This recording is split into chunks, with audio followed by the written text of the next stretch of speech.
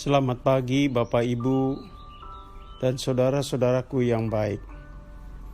Seiring dengan hari baru, maka hari lalu telah menjadi kenangan.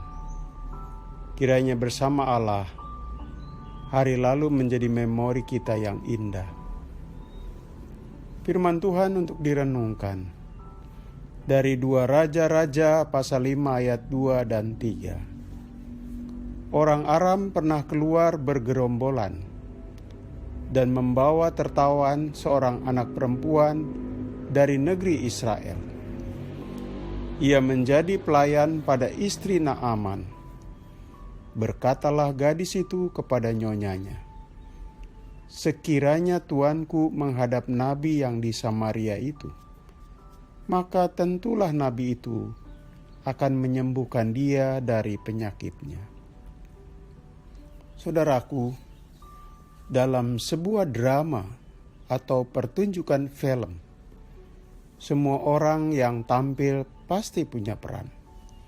Sekecil apapun, juga sesederhana apapun, kehadirannya memainkan adegan tertentu.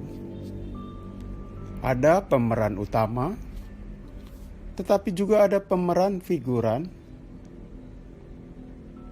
dan ada pemeran pengganti atau pembantu. Jelas, orang sangat menaruh perhatian pada pemeran utamanya, sebab dia akan banyak tampil, sekaligus peranannya sangat menonjol.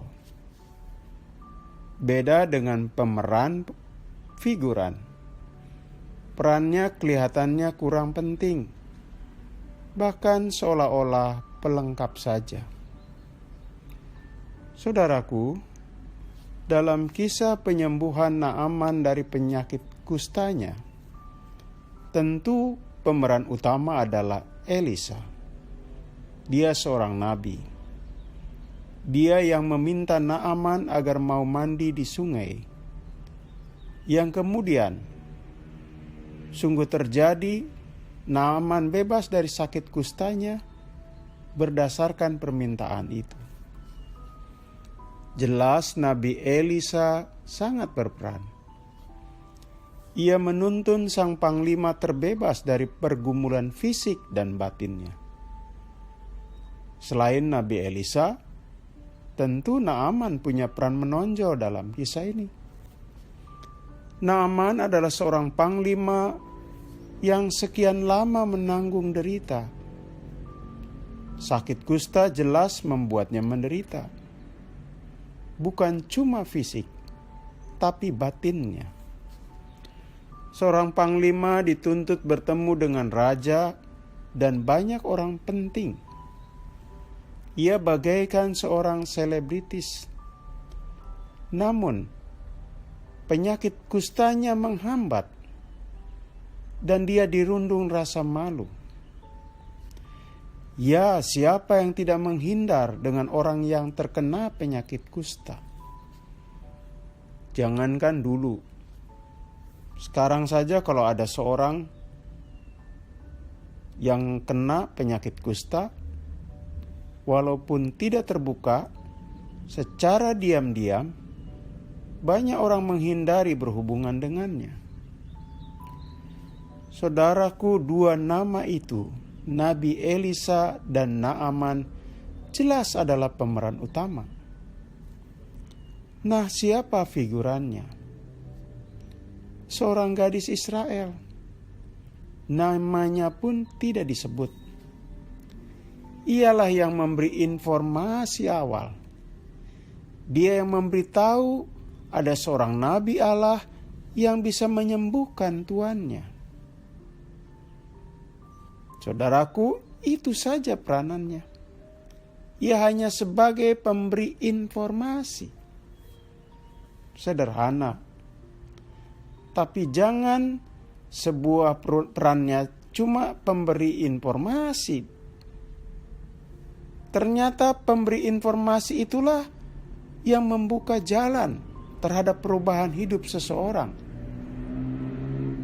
Ya, dengan informasinya Naaman lalu mengenal Nabi Elisa.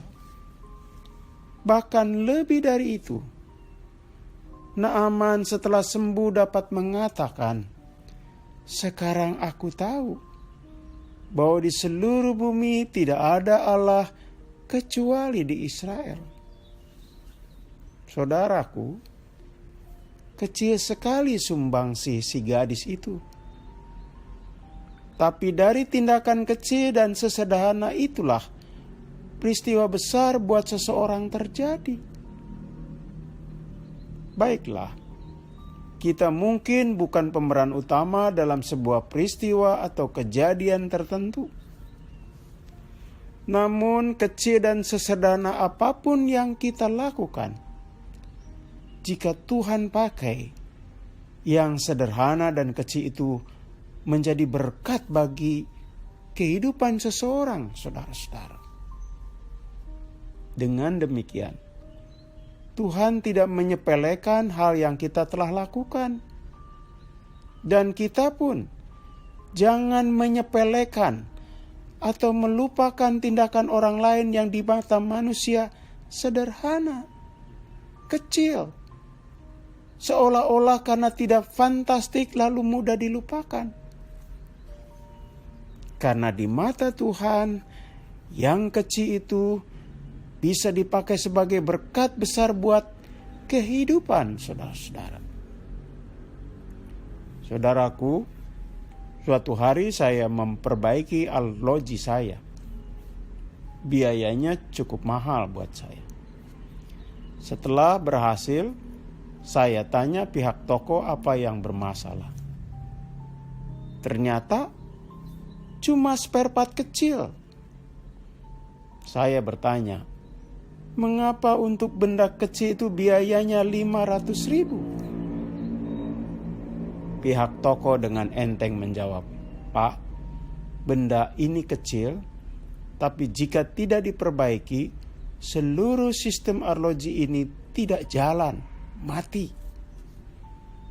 Jadi, jangan mengecilkan diri sendiri bila cuma bisa melakukan hal yang sederhana dan kecil, saudara-saudara." Kehidupan berlangsung seringkali karena tindakan-tindakan kecil.